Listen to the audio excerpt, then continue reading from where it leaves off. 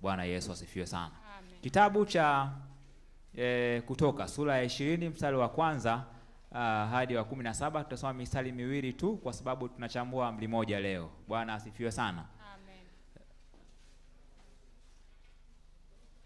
20. Sura ya 20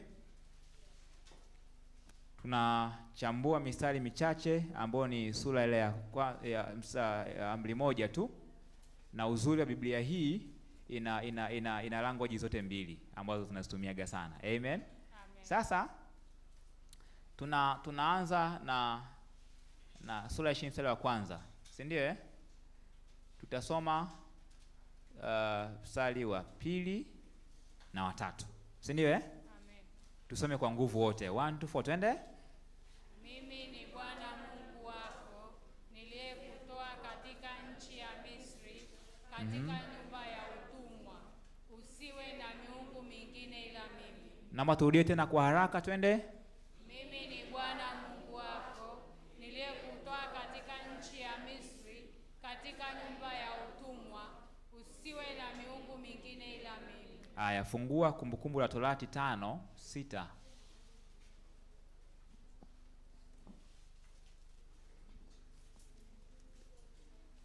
Kumbukumbu la Torati. Amri 10 za Mungu ni Biblia zinaonyeshwa kwenye vitabu gani, si ndio? Ukizungumzia amri 10 za Mungu zinatoka kwenye vitabu gani? Vitabu vikuu viwili. Kitabu cha kwanza ni Kutoka sura ile ya 20 na kitabu cha pili ni Kumbukumbu la nini? La Torati. Nataka uone unafanya reference, si ndio? Alafu baada ya hapo tuweze kuendelea. Ukisoma Kumbukumbu la Torati 5 mstari wa 6 inasemaje kwa sauti wote? Mimi ni Bwana Mungu wako niliyekutoa katika nchi ya Misri, katika nyumba ya utumwa. Usiwe na miungu mingine ila mimi. Tusome vizuri, twende. Mimi ni Bwana Mungu wako niliyekutoa katika nchi ya Misri, katika nyumba ya utumwa. Usiwe na miungu mingine ila mimi. Bwana asifiwe sana. Nimezikala lakini amri moja. Sasa tuendelee. Bwana Yesu asifiwe sana. Sasa amri yetu ya kwanza ambayo tutaijadili kwa siku ya leo inasema, mimi ni Bwana Mungu wako, usiwe na miungu mingine ila mimi. Amen. Bwana Yesu asifiwe. Amen. Sasa kwa sababu tunaenda na haraka ya muda, ninaomba kitu kifuatacho kifanyike, na tutaenda kwa utaratibu huu mzuri ya kwamba itaandikwa amri, alafu sisi tutaanza kuijadili hatua kwa hatua. Sawa sawa wapendwa, kwa sababu Mungu alikuwa na maana kubwa sana. Siku 40 sio ndogo mpendwa. Si unajua ilikuwa inasema hivi, mimi ni Bwana Mungu wako.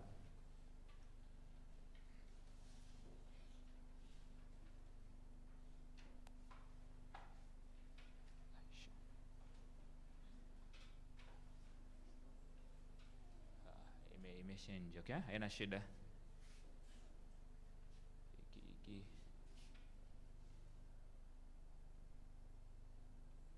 Ni Bwana Mungu wako. Kato. Kuna nini hapo? Zingatia. Usiwe na miungu mingine ila mimi.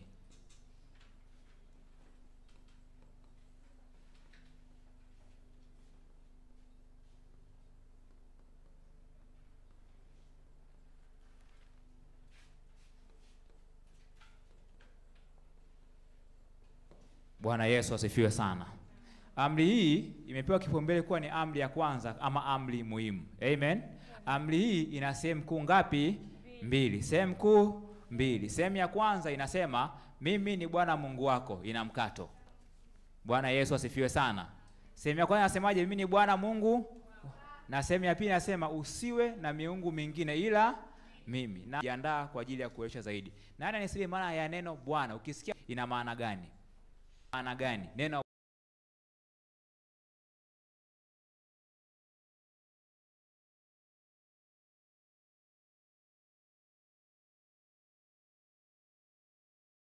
ama anayemiliki. Neno Bwana kibiblia lina maana ya mtawala ama anayemiliki kibiblia, kwa sababu kibiblia tuna maana kwamba anayetawala ni mmoja pekee katika maisha yetu, na ndio maana Bwana inakuwa na herufi kubwa. Kanisa, Bwana Yesu asifiwe. Amen. Kanisa, Bwana asifiwe.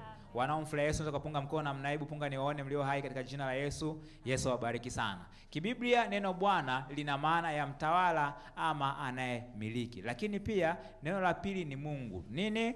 Mungu. Neno Mungu lina maana yake ambayo ni muabudiwa.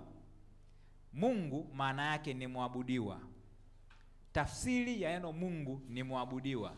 Na ndio maana huku mwisho baada ya Mungu kujitambulisha kuna sentences zinazoendelea huko mbele. Huyu muabudiwa anataka nini? Ukisema muabudiwa mabano andika anayestahili kuabudiwa, kunyenyekewa, kuombwa na kupewa sadaka. Neno Mungu lina maana ya muabudiwa, kunyenyekewa, kuombwa ama kupewa sadaka. Amen. Sehemu B inasema usiwe na miungu mingine ila mimi. Sehemu B ina maana ama inasema usiwe na miungu mingine ila mimi. Hii sehemu B inaonyesha vitu viwili, onyo ama katazo na kumbusho. Onyo au katazo na kumbusho. Onyo na katazo zina maana sawa, si ndio wapendwa? Kumbusho ni maana ni jambo lingine.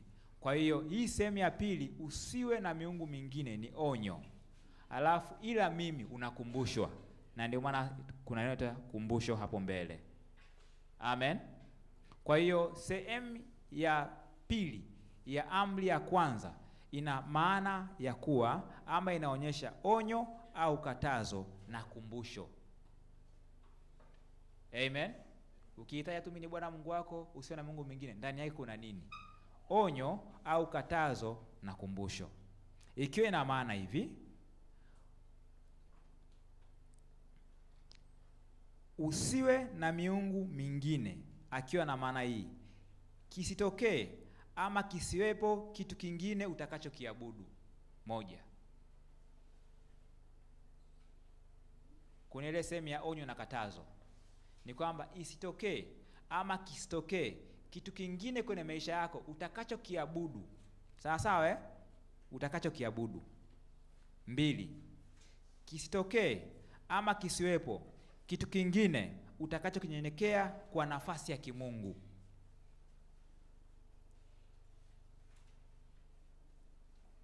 Kisitokee ama kisiwepo kitu kingine utakachokinyenyekea kwa nafasi ya kimungu.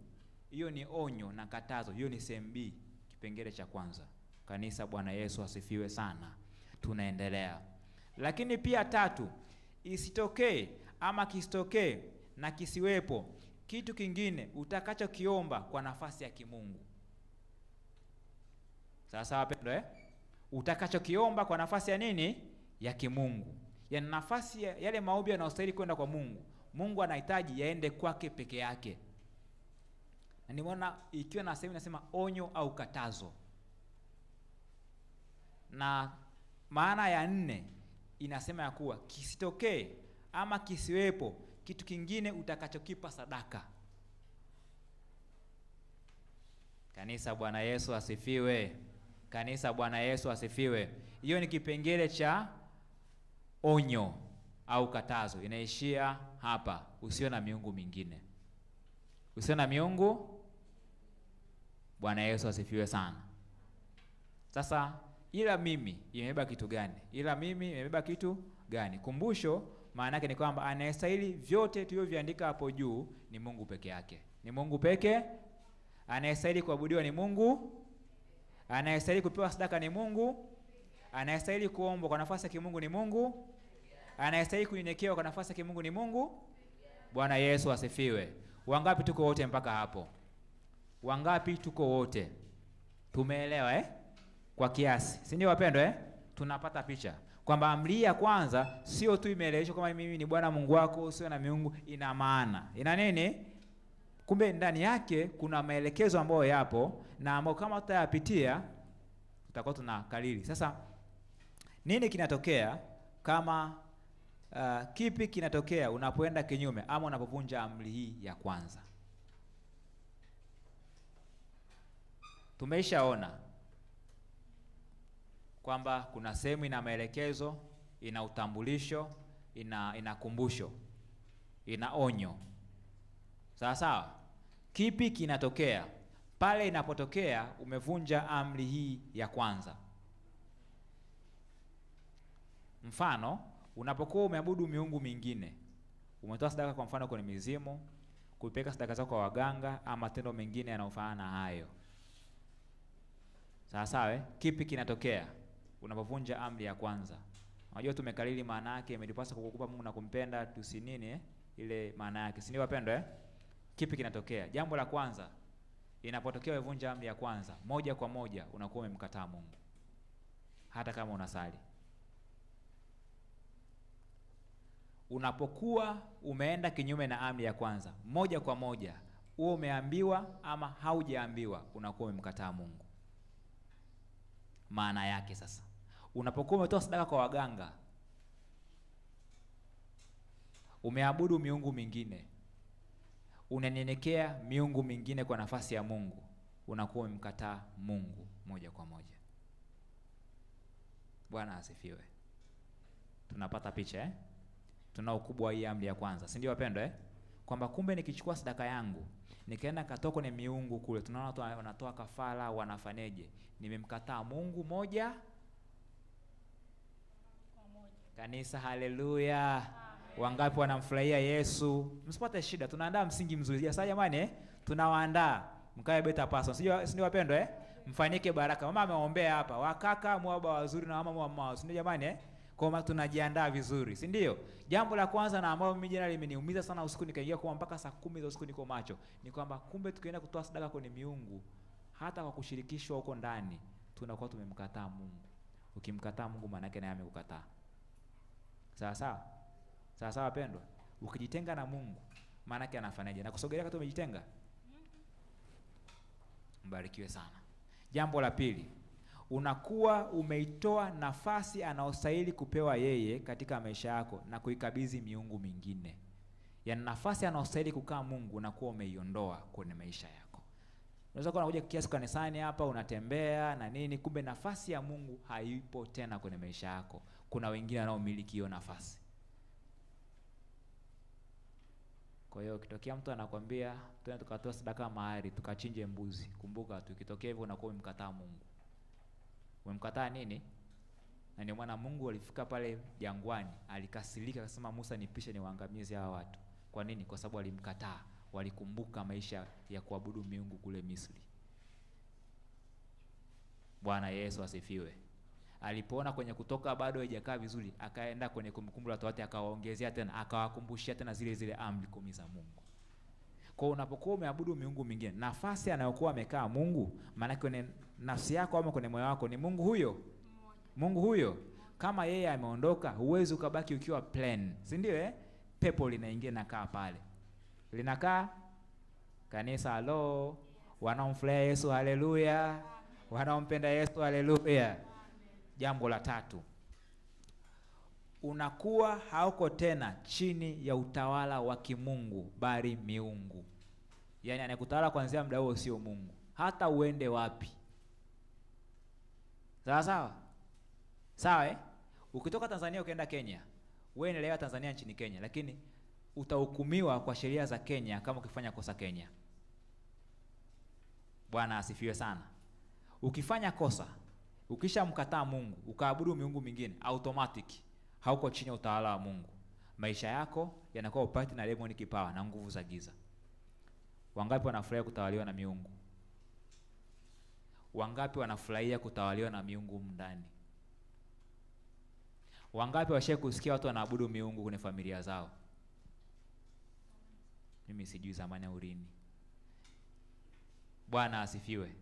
Wangapi wamesha kusikia kuna watu wanaabudu miungu, wanatoa sadaka kwenye miungu, wanachinja na mbuzi na ng'ombe kwenye miungu yao? Unajua na Mungu wako, si ndio Kwa lugha hiyo, kama na ulishirikishwa na familia tu tukatoa sadaka kwenye miungu, umefanyaje?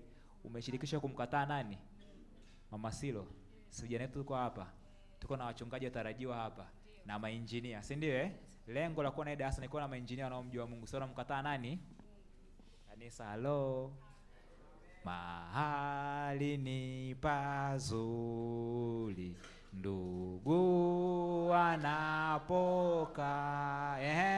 waki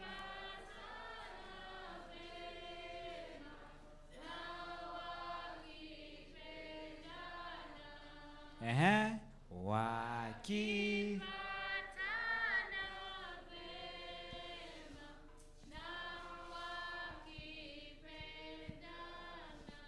Bwana Yesu asifiwe.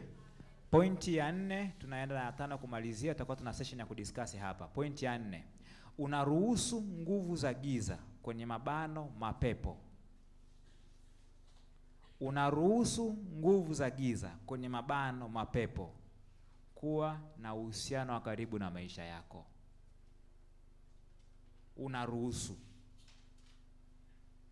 Umeenda, umeshiriki sadaka, umetoa sadaka, labda umeambiwa chanja damu yako iachilie hapa, umeambiwa fanya hivi kinyume na mapenzi ya Mungu. Unakuwa umeruhusu nguvu za giza kuwa na uhusiano na maisha yako, kuwa na uhusiano. Bwana asifiwe. Kuwa na nini? Na uhusiano na maisha yako. Popote ulipo unakuwa monitored na nguvu za nini? Na nguvu za giza.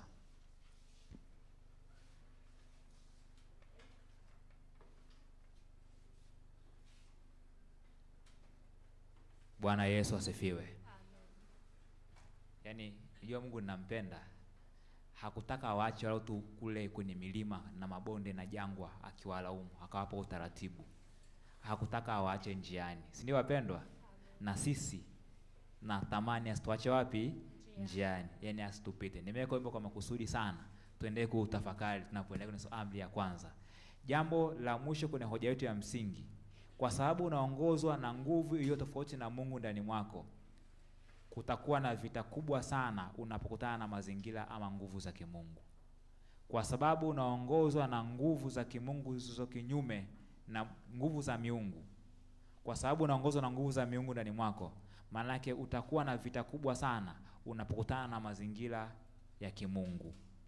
Ndio maana ukiona watu wanaomba unasisimka, ama unalipuka mapepo, ama unakosa amani, ama upendi maombi. Ukiona tunaomba rafu kuna mtu anachukia, ndani yake kuna wataalamu wamekaa huko ndani. Kanisa, Bwana asifiwe. Ukiona tunaomba, kuna swali? Karibu. Japo sijaruhusu maswali. Sasa tufanye hivi, I'm sorry. Msije mkanitoa kwenye lengo, andikeni maswali yenu. Tutakuwa tuna muda wa maswali. Sawa sawa Sije nikajikuta na sawa point yangu mtumishi, iandike. Amen. Kwa sababu unaongozwa na nguvu iliyo tofauti na Mungu ndani yako, kutatokea vita kubwa sana unapokutana na mazingira ya nguvu za Mungu. Kwa mfano, tuko tunaomba hapa. Sawa sawa Tuko tunaabudu. Automatic ndani mwako utakosa amani. Utasikia kusimka, wakati mwingine sio Mungu anayefanya hivyo, ni nguvu za giza zinapambana kwamba wewe ukisikia maombi unaondoka. Shwa, mshaye kusikia maombi mshaye kwenda kwenye maombi watu wanaondoka Tukianza tu mambo utafanyaje? So nampenda Mungu na Mungu ni Mungu wa maombi, si ndio? Kwa nini wanaondoka? Ndani yao kuna Mungu mwingine. Bwana asifiwe. Tunataka kukinzana hapo. Ukisikia habari za maombi, jamaa naye unaye ndani kuna shida. Bwana asifiwe sana. Kuna nini? Ndo yamkini ulikuwa ufahamu, si ndio Hizo ndio indication. Sawa pendwa? Yamkini ulikuwa ufahamu. Uweze kufahamu kama una malaria mpaka umemeni dalili zake ni hizi na hizi na hizi. Ukiona dalili bana cha maana yake okay, yamkini na hii shida, ngoja nikapime pia. Bwana asifiwe sana. Kanisa, Bwana asifiwe. Tumekuwa na uchambuzi wa amri 10 za Mungu. Tumekuwa na sehemu A. Somo letu ina jumla ya page 40. Page ngapi? 40. Ni amri 10 za Mungu, si amri za kitoto. Amen. Amri 10 ni miongozo wa maisha kila mtu aliyeamua kumfuata Mungu. Na tumepitia mfano wa shule ya mafanikio, tukaona kama mmiliki wa shule ya mafanikio alikuwa amewapa uhuru watu wake ama wanafunzi wake, akiamini watakuwa taratibu na wanaofuata discipline na mwongozo uliokuwepo kabla, pengine amepewa uhuru. Ila baadaye alitokea mgeni ambaye ndani mwake alikuwa na tabia iliyo kinyume na wale wanafunzi wa pale. Amen. Shida sio kwamba ni mgeni, shida ni tabia iliyokuwa ndani mwake ilikuwa ni tofauti na wale watu wa pale. Ule uhuru aliyokuwa amepewa akautumia nini? vibaya na akaanza kufanya makosa, na yale makosa watu wakaanza kuiga makosa. Kuiga nini? Kwa sababu mkuu wa shule anapenda shule yake endelee kuwa na heshima na hadhi ambayo inastahili, akaweka mwongozo. Kwa nini aliweka mwongozo? Ni kuseti standard ama kuweka kiwango cha ubora katika shule yake. Maana kila anayetaka kuwa kuna ile shule lazima afuate ule nini? Ule ubora. Na maana yake ni kwamba ubora wa kimavazi, ubora wa lugha au wanafunzi, ubora wa kitaaluma, lakini pia ubora katika ushirikiano na uwajibikaji, kwa mfano usafi. Na yeyote ambaye angekuwa kinyume na utaratibu wa mkuu wa shule wa mafanikio, maana yake alikuwa anafukuzwa nini? Shule, automatic, no discussion. Na kwa Mungu ndio iko hivyo. Mungu baada ya kuona kwamba wanadamu wamtenda dhambi sana, wana kila siku wanaanguka na wasamee, akaamua kuseti standard kwamba ili huyu mtu akae level moja na mimi huku mbinguni, si ndio? Ili huyu mtu niweze kuzungumza naye na mwekea mwongozo. Na mwongozo aliokuwa umetolewa ni amri 10 za nini? Za Mungu. Najua natumia neno amri 10 kwa sababu kuna amri nyingi sana. Sawa sawa wapendwa, kuna amri nyingi sana, lakini natumia neno amri 10 za Mungu, maana yake ni mwongozo top na hauwezi kubadilika. Ni kweli kwamba tunamtumikia Mungu asiyebadilika kwenda kwenye ulimwengu uliobadilika, lakini amri 10 za Mungu haziwezi kubadilika. Bwana Yesu asifiwe sana. Na tumeona amri hii ikiwa na sehemu A na sehemu B. Na sehemu A tumeona kitu ambacho pengine tulikuwa hatuwazi, kumbe ina maana hii, mimi ni Bwana Mungu wako. Ina maana ya kwamba neno Bwana ni mtawala ama anayemiliki. Maana ukishaamua kwamba Mungu ni Bwana wako, yeye ndiye anayekutawala na kufanyaje? Na kumiliki maisha yako. Ukishaenda kinyume na Mungu, maana kuna mtu anayemiliki maisha yako. Amen. Amen. Tukapitia tafsiri neno Mungu. Mungu maana yake nani? Anayestahili kuabudiwa, kupewa sadaka, kunyenyekewa. Kama kuna miungu mingine ukiiona mahali, unanyenyekea sanamu, unanyenyekea miti, unanyenyekea migomba, unanyenyekea zile sanamu nyingine tunazifahamu kule India, zinaitwaje zile? Kuna watu wanaabudu nini? Hebu niambie miungu ambayo unaifahamu wewe. Nyosha mkono kwa utulivu tafadhali. Karibu dada. Changamka basi mtumishi wa Bwana. Bado mapema sana Wanaabudu tembo. Wanaabudu tembo. Kingine? Twende kwa haraka. Mungu Shiva. Sijasikia by the way.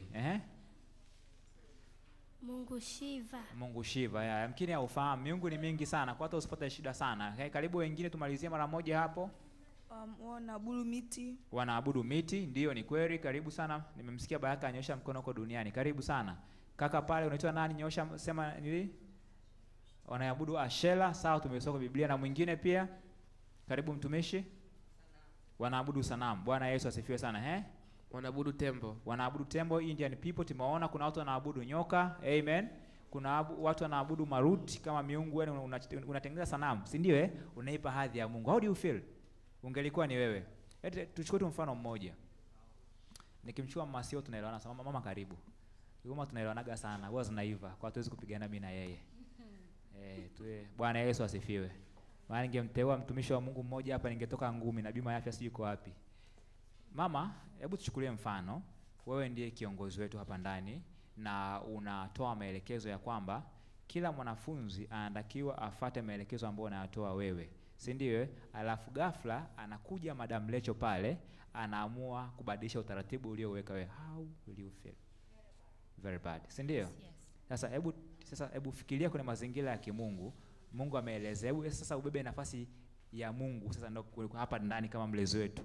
Mungu ametoa maelekezo kama msiabudu. Tumeshaona maana ya Mungu nini na Bwana nini na kuabudu kuna maana gani, usio na miungu mingine na makatazo mengine. Alafu sasa kuna watu huko duniani wamechonga sanamu, wamechonga ile miti mikubwa mibuyu wanaiabudu.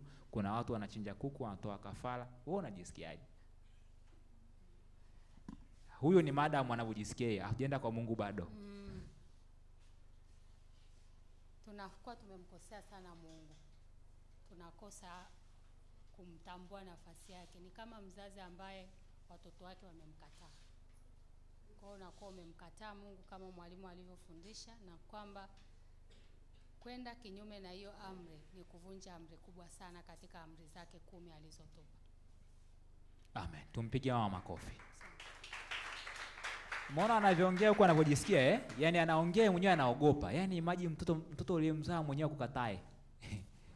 Unaelewa Unaelewa Baba yako pale amekwambia mimi ndio baba yako, alafu unafika nyumbani unaambia wewe sio babangu.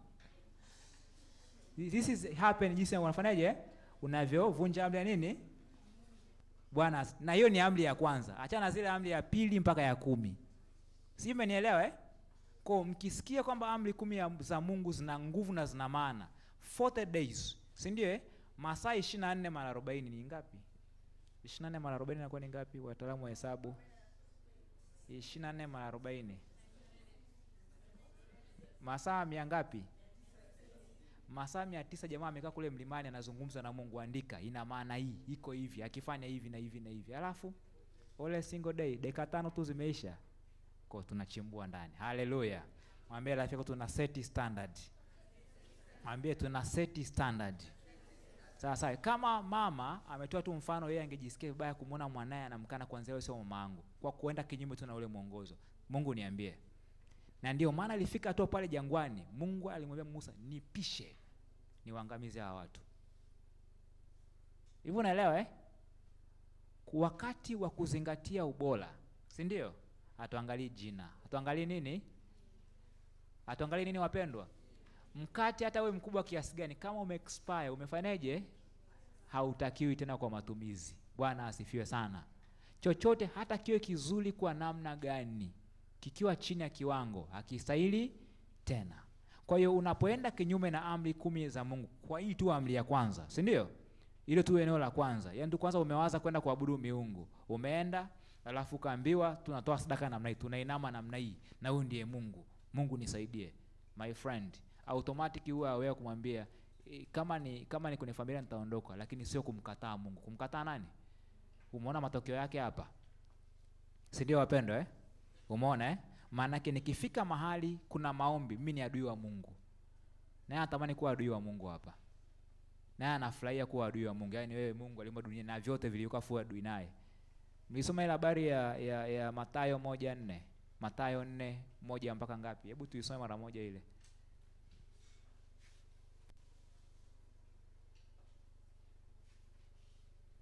Tucheki Mathayo 4, wakati Yesu anajaribiwa. Kisha Yesu alipandishwa nyikani ili ajaribiwe, si ndio eh? Akafunga siku 40 mchana na usiku, mwisho akaona njaa. Mjaribu akamjia akamwambia, ukiwa wewe ndiye mwana wa Mungu, amuru kwamba mawe haya yawe mkate.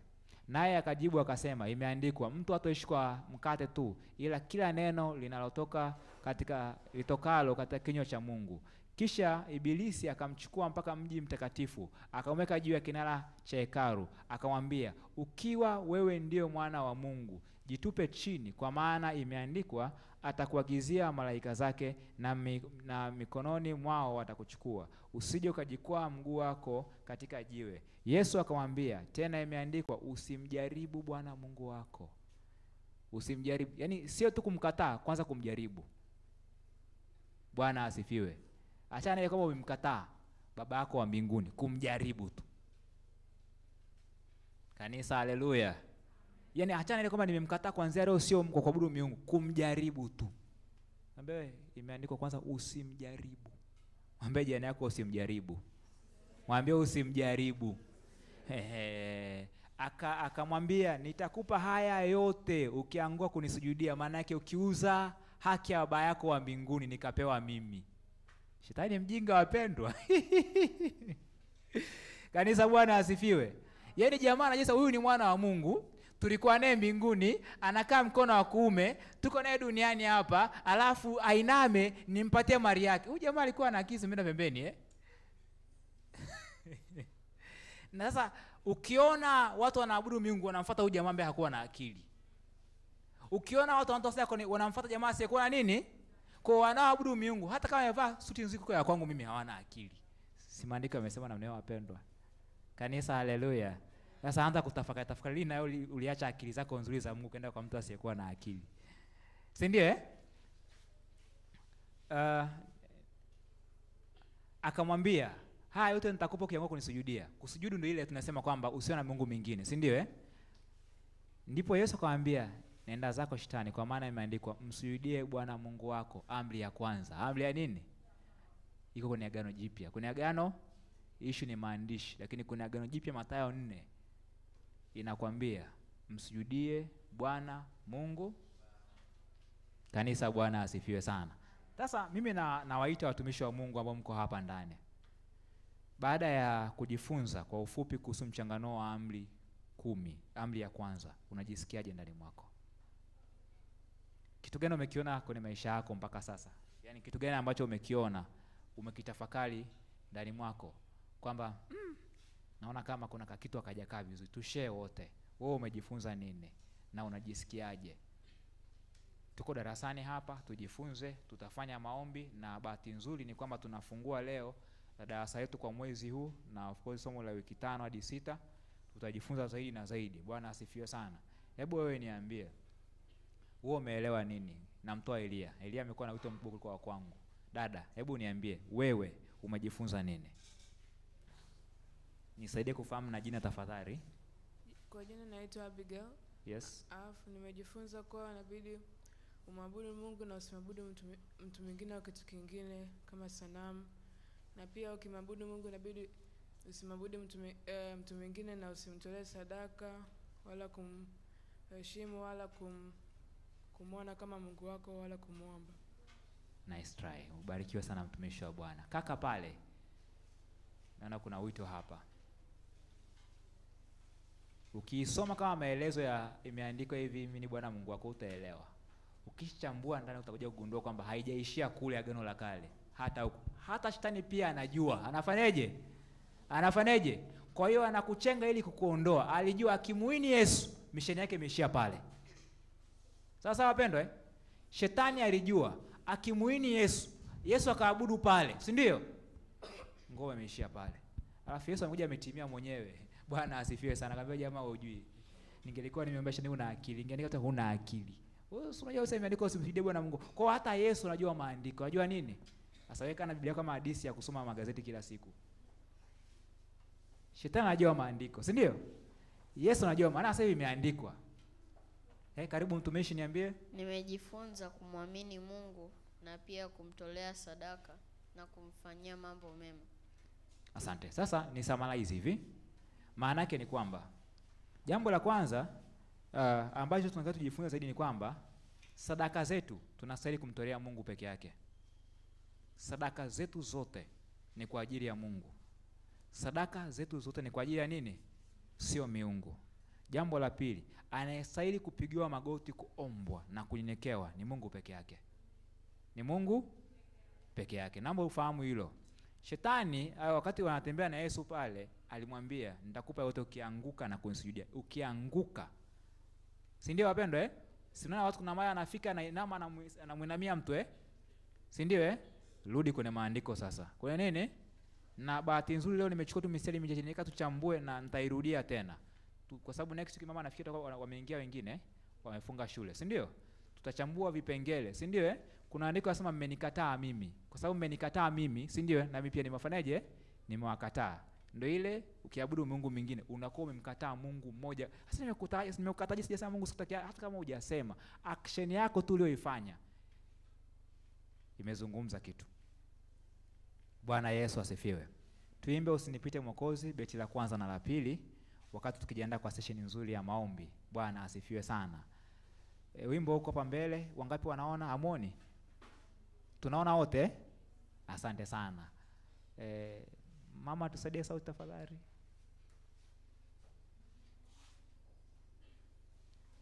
Bwana Yesu asifiwe. Tuimbe kwa kuchangamka na kwa kunyenyekea.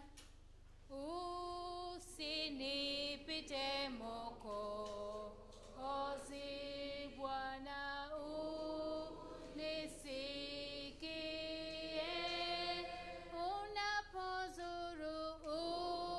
unapozuru wengi, ile naomba usinipite,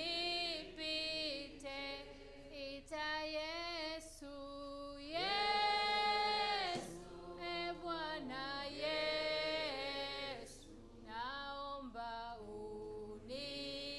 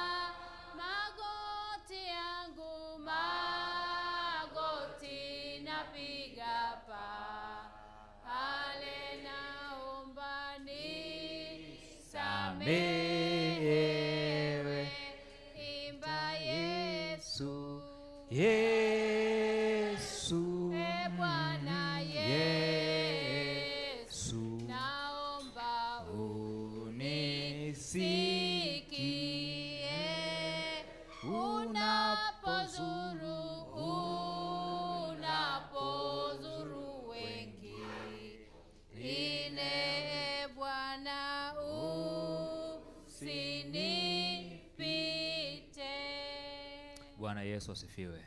Amen. Huu wimbo ni sehemu ya nyimbo ambazo tumezizoea, lakini tukimshiamua na kuchambua hapa, tutaona kila neno lina maana. Kila neno na nini? Lina maana. Na mimi napenda kwa kweli kwenye maono ya Youth Fellowship, kwa kweli mbarikiwe sana. Amen. Kwa sababu tunapata muda wa kujifunza yale ambayo wazee wetu hawakuwa nayo, ili ikifika muda tusije tukawalaumu. Si mnajua Sasa tumeona kwa kiasi, kwa sehemu tu ya kwanza, amri hii ilivyo na nguvu. Mimi nafahamu kwamba kwangu mimi nilikuwa najisikia sasa ni muda wa kurekebisha kiasi chako na kuwarekebisha wengine. Amen. Tunaimarishwa tukawaimarisha wengine, si ndio? Tunajengwa tukawajenge wengine. Tunainuliwa tukawainue wengine. Amen. Tunafanyika baraka tukawabariki wengine. Bwana asifiwe sana. Amen. Niruhusu kwanza nimeweza kuomba, afu tutakuwa na maswali mwishoni. Naona kama una mikono mingine. Bwana asifiwe sana. Amen. Tutaingia kwenye maombi. Sio swali. Karibu. Unaweza kuzungumza kwa nguvu ama mpaka uje mbele? Kuna mtu ana kitu ambacho sio swali, labda anatamani tukizungumze kwenye maombi, ana feel yamkini sizuiro jambo. Pengine hautamani, sio swali, swali lije baadaye, naomba muandike, si ndio? There's something you want to share with us?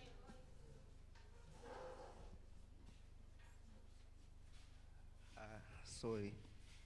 Kwenye ili somo asubuhi nilivyoamka, there was this song ambayo ilikuwa inaimba, yani inaimba. Sasa nilikuwa sijui. Sasa nikamwambia hata babangu, akamwambia kuna nyimbo inaimba kichwani mwangu, lakini akaniambia wewe naye bana kila siku. Sasa lakini nilivyosikia hili somo kabla ya kusali, kuna kitu mimi kimeniambia, ndio maana nimenyosha mkono. Kimeniambia try to sing with this song with your friends. This deliverance, yani hivyo ndio nilivyoambiwa. So ni nyimbo ambayo wengi mnaijua, lakini nilikuwa naomba muimbe kwa moyo, kwa sababu ina reflect this what God alicho, yani ninacho feel ni kwamba Mungu anataka umkiri kwenye ku reflect neno la leo, kwa sababu Mungu anasema unamkiri kwa mdomo wako mwenyewe. Yeah, so I'm going to start this song. Najua wengi wanaijua hii nyimbo na mtapata baraka. You are Yahweh, you are Yahweh, you are Yahweh, you are Yahweh, you are Yahweh, Alpha and Omega. You are Yahweh, Alpha and Omega. You are Yahweh, you are Yahweh, you are Yahweh, you are Yahweh, you are Yahweh, you are Yahweh, Alpha and Omega. You are Yahweh, Alpha and Omega. Oh, wewe ni Mungu mkuu, wapendeza. Wewe ni Mungu mkuu, wapendeza. You are Yahweh, Alpha and Omega. You are Yahweh, Alpha and Omega. Asante. Bwana Yesu asifiwe. Yesu asifiwe. Haleluya, haleluya, haleluya. Yeye ni Mungu anayeweza, yeye ni Mungu anayetosha, yeye ni Mungu anayevusha, ni Mungu anayeokoa. Ni Mungu aliamua leo uwepo hapa. Amen. Natamani tuombe wote. Kabla sija kuombea, natamani kila mmoja aombe kwa kinywa chake. Mtu akimkiri Mungu kwa kinywa chake, naye Mungu atafanya kuwa Bwana wake. Kila mtu na amkiri Mungu kinywa chake. Zungumza na Mungu. Mimi ninachopenda ni kuomba. Kila mtu anaweza kuomba. Kila mtu anaweza kuomba. Na katika mazingira yetu natamani tukiwa tunaomba tufumbe macho ili kutuweza uwepo wetu wa ndani. Ukiomba huku macho yanazurura, maana utakosa ile internal confidence. Utakuwa una mawazo mengi. Mungu wetu, wewe ni muweza. Tumeona mengi katika amri, tumeona mengi kwa watumishi hawa. Tumeona nguvu yako Bwana inapoenda kutuponya na kutuvusha. Asante kwa ajili ya nguvu ya Mungu katika amri ya kwanza. Asante kwa ajili ya uwepo wako katika amri ya kwanza. Asante kwa ajili ya udhihirisho wako kwenye amri ya kwanza. Asante kwa ajili ya uponyaji wa maisha yetu kwenye amri ya kwanza. Asante kwa ajili ya misingi ya kiimani kwenye amri. Asante hata kwa ajili ya baraka ambazo Bwana umeziachilia katika utiifu wa amri ya kwanza. Tunaona kuna nguvu ya kubadilisha na kuponya. Tunaona kuna nguvu ya kuinua na kuponya. Tunaona kuna nguvu ya kumbariki mtu mmoja mahali hapa. Mtoto ambaye hakuwa anaelewa kitu cha kufanya Bwana, unamfanya kuwa baraka Bwana. Tunaona mafuta ya utiisho na mafuta ya utiifu Bwana. Tunaomba nguvu ya maandiko iliyoko hapa Bwana ikitembea na kila mmoja. Tunaona udhihirisho katika amri hii ilivyo na nguvu ambayo hata Yesu mwenyewe anaifahamu kwamba imeandikwa usimsujudie Mungu mwingine zaidi ya Mungu wa mbinguni. Shetani haitamani kuangusha hata hatima yetu kupitia Yesu, lakini alishindwa kwa sababu anajua kuabudu miungu mingine kunatuondoa kwenye nafasi na heshima na mamlaka. Yesu, katika asubuhi ya leo, mwanzo wa mwezi wa 6, tunazungumza kama kutaniko lako na makuhani wa zamu. Katika jina la Yesu, tunaomba rehema kwa maisha yetu ya kuabudu miungu. Tunaomba toba pale tulipoenda kinyume na mapenzi yako Bwana. Tunaomba rehema Bwana tulipounganishwa kwenye miungu ya familia. Tunaomba rehema Bwana tulipotoa sadaka kwenye miungu ya familia. Katika jina la Yesu, pale ambapo tulitii mamlaka ya ukoo na familia na kwenda kinyume na mapenzi yako Bwana. Tunaomba kinyume Bwana wetu wa mbinguni,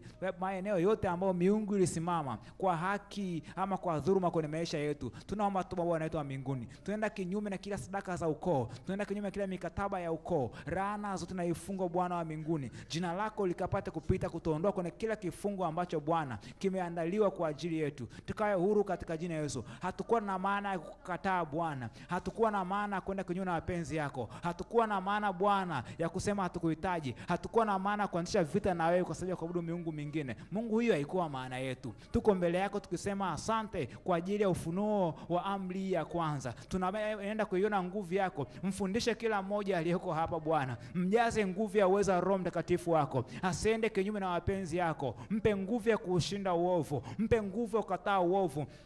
Mpe nguvu kukataa udhaifu wa namna yote ile Bwana. Hawa watumishi walioko mahali hapa, hiyo ajenda ya kimungu ndani mwao wasifanyike kuwa bure Bwana, wakawa duniani kama watu wasioelewa makusudi yao. Wape nguvu ya matumaini mapya katika jina Yesu. Wanapoanza kutaniko kula mwezi huu wa 6 Bwana, wape mafuriko ya nguvu yako Bwana, ukawafanikisha kwenye taaluma zao, uwafanikishe kwenye familia zao Bwana. Mainjinia walioko hapa Bwana, maprofesa, walimu na madaktari walioko hapa Bwana, hawa wanasheria na wachungaji Bwana, wape nguvu ya mafunuo Bwana, wasiishie njiani. Ninakata minyororo ya miungu na kazi za kipepo na nguvu za giza na mashauriano ya kipepo Bwana, ninayakemea katika maisha yao. Shetani na uovu wake anafahamu maandiko, asiwapotoshe wakaenda kinyume na maandiko, asiwapotoshe wakakataa maandiko wakawa na viburi, asiwapotoshe wakawa na viburi. Nakemea viburi, nakemea viburi ndani mwao, nakemea viburi ndani mwao, nakemea viburi, nakemea hasira za kipepo, nakemea tabia za kipepo katika jina la Yesu. Maneno ya miungu na maneno ya uovu ninayakemea, ninafuta alama za kitete katika maisha yao. Ninaondoa kwenye makundi ya uovu shuleni, ninawaondoa kwenye makundi ya uovu shuleni na mtaani kwao Bwana. Ninawatenga na ratiba za uovu katika jina la Yesu. Adui asipate nafasi kwenye maisha yako katika jina la Yesu. Wanapotembea usiku na mchana Bwana, uamulike kwa jina lako, uamulike kwa neno lako Mungu, ukawalinde usiku na mchana. Asiweko mtu yote ambaye ataanguka na kuangamia. Neno hili Bwana likaishi katika ujana wao, likaishi katika maisha yao, likaishi katika uzee wao, katika jina la Yesu. Likaishi kwenye biashara zao na taaluma zao, liishi kwenye masomo yao, liishi usiku na mchana Bwana. Na achilia baraka za kikuhani katika jina la Yesu. Natamka baraka utukufu wa jina lako Bwana. Wasirudi nyuma, wasianguke wala wasiishie njiani, katika jina la Yesu. Tumeomba kama makuhani, wazamu na walimu, na sisi kama watoto wazuri, and maombi hajaisha. Bwana Yesu asifiwe. Kumkataa Mungu, kwenda kinyume na Mungu, kutengeneza vita. Mimi naamini kila mtu ni mtumishi wa Mungu. Bwana Yesu asifiwe. Biblia inasema ya kwamba Musa alimwambia Mungu, kwa kweli ikitokea nimeondoka hapa, maana yake ukawaangamiza hawa, wale wa Misri watasema uliwatoa kule Misri waje kuangamiziwa jangwani. Bwana asifiwe. Bwana asifiwe. Mungu anawaambia Musa, hawa watu wamenichosha na leo ni mwisho. Musa anajua Mungu linipa kazi. Hawa watu ukiwaangamiza hapa, watasema wamekuja kuangamiza hawa. Bwana asifiwe. Sasa Musa wa leo ni wewe. Amen. Wewe ndio Musa wa leo. Na huyo unayemwona kulia na kushoto ni rafiki yako mpya katika Bwana. Amen. Sijui mnafahamu miana kwa muda gani. Na mimi naamini una nguvu ya Mungu ndani yako ya kukataa uovu na kufundisha wengine wawe salama katika jina la Yesu. Amen. Unaweza kumshika mwenzako mikono wawili wawili. Napenda sana kuombeana. Hold your neighbor. Mshike mikono, mgeukiane wawili wawili. Like this. Angaa tu demo hapa mbele, angaa mfano hapa mbele. Mshike mkono. Mimi napenda kuomba. Nikikuandaa kwenye kuomba unaweza kujitegemea. Mgeukie mwenzako, mshike mikono wawili wawili. Shikane mikono tu. Utakuwa na uwezo kukemea dhambi kwa mwenzako kama huogopi. Sawa? Yeye akienda kimbia haiko hivyo. Lakini ukiwa unaogopa, angalieni wawili wawili. Kama kuna mtu amekosa mtu hapo, unaangalia kuna watu wamekosa nafasi hapo. Brother, mshike mwenzako vizuri tafadhali. Okay, sawa. Mwingine? Mwingine? Wawili wawili. Tafuta mtu akushikana naye. Shikana tu wawili wawili. Ni maombi ya kikuhani. Wewe ni mtumishi wa Mungu. Shetani anajua kabisa huyu ni mwana wa Mungu. Alafu anakuja anamwambia Yesu, nitakupatia ukifaneje? Anajua kabisa. Kwa maana kama Yesu angelikuwa kuna uchovu kama alikuwa nao kuna ile Mathayo ngapi ile, alikuwa sababu ikiwezekana kwamba niepuke kwa sababu alichoka na kusikia maumivu. Ile ngoma ilikuwa ni ngumu mama. Lakini kwa sababu Yesu alielewa kusudi, anambia jamaa, wewe imeandikwa, msujudie Bwana Mungu wako. Maneno haya ya Mungu yakae kwenye mioyo yenu. Amen. Nataka umuombe unayemuona hapo mbele. Muombe asiishie njiani, asianguke. Wewe unayemuona hapo mbele, yamkini akianguka yeye, wana wa Israeli wote wataanguka. Yaani yamkini Musa angeondoka, alafu wangekufa wote pale. Sawa wapendwa? Kwa hiyo muombe huyo unayemuona hapo asianguke, ili walioko nyuma yake wasije kafaneje wakaanguka. Awe ni mwalimu anakoendelea. Tuombe.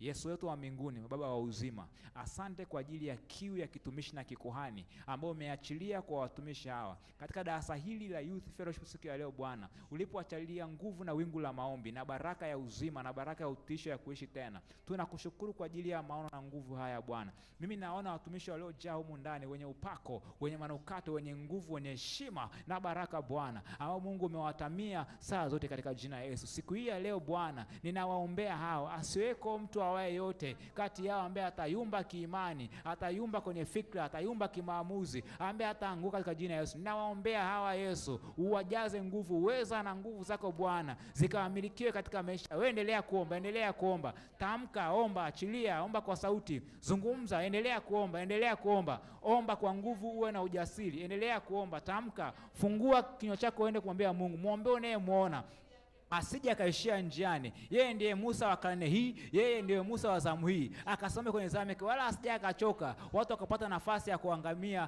kwa sababu yeye akusoma nafasi yake. Muombe unayemuona asiishie njiani, ana nguvu ya kushauri na kutamka baraka tena. Wewe endelea kuomba, muombe huyo jamaa unayemuona. Huyo sio mkorofi, huyo sio muongo. Ni shetani tu anatamani kujichukua tukufu kupitia yeye. Huyo ni mtumishi wa Mungu, ni engineer, ni profesa, ni parrot, ni mtumishi wa Mungu. Endelea kumwombea.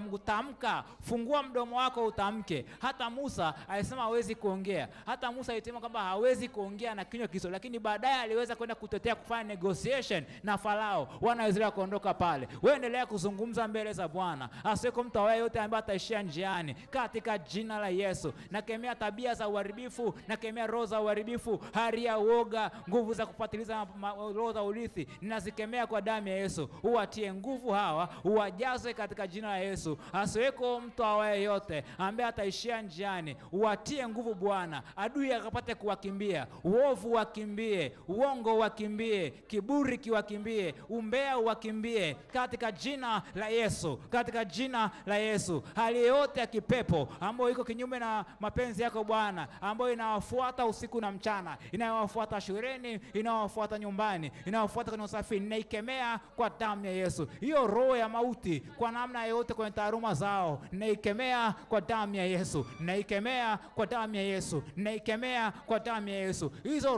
Hizo roho, hayo mapepo ya namna yoyote yajiingiza kwenye maisha yao kwa sababu tu waliabudu miungu mingine, ninayakemea kwa damu ya Yesu.